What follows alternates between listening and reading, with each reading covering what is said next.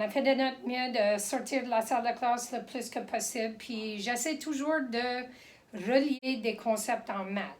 Alors, dernièrement, ce qu'on a fait, on a exploré des formes en 2 dimensions, être capable de les nommer, etc., qui nous a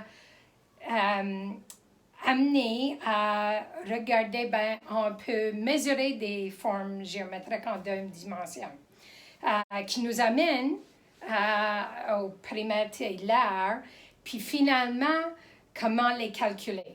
Alors, avec l'aire des formes en 2 dimensions, ça nous amène à la multiplication.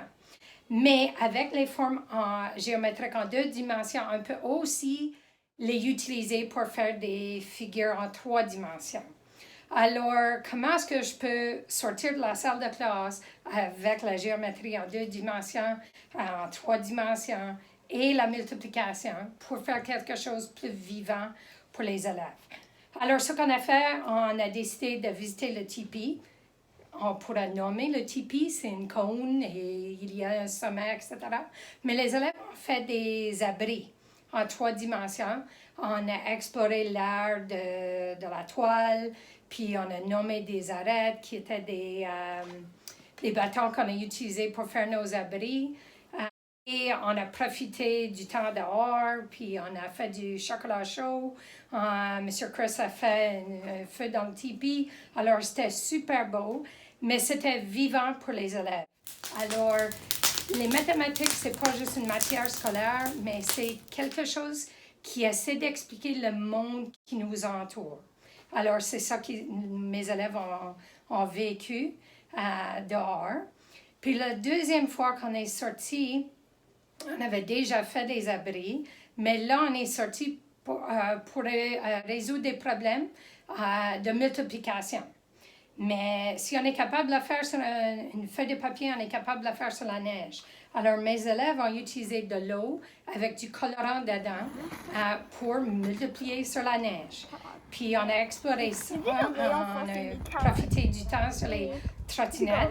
Ça nous a pris peut-être 4 minutes pour nous rendre au tipi. Sur les trottinettes, ils ont multiplié sur la neige, ils ont résolu des problèmes de maths, mais d'une manière qui les engage.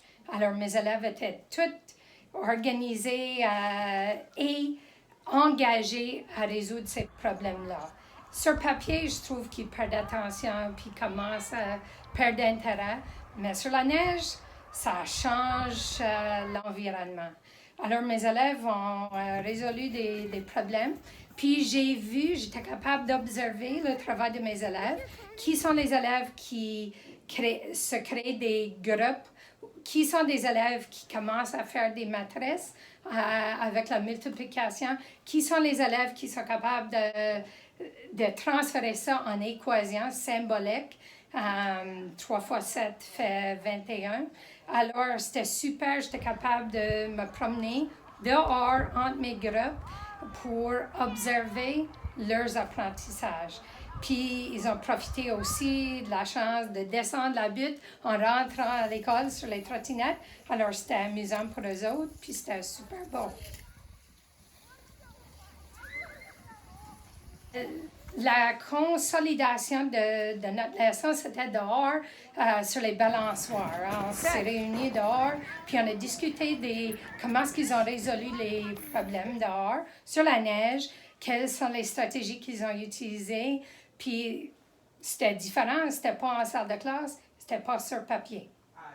Une fois en salle de classe, lorsque je fais la résolution de problème, je commence toujours en partenaire. Là, lorsqu'on est arrivé, après qu'on a discuté des stratégies, après qu'on a discuté qu'est-ce qu'ils ont observé, je demande toujours aux élèves de faire quelque chose, un travail individuel. Là, je suis capable d'observer qu'est-ce qu'ils sont capables de faire en partenariat. Là, je suis capable d'observer qu'est-ce qu'ils sont capables de faire individuellement avec un billet de sortie. Vite, vite fait.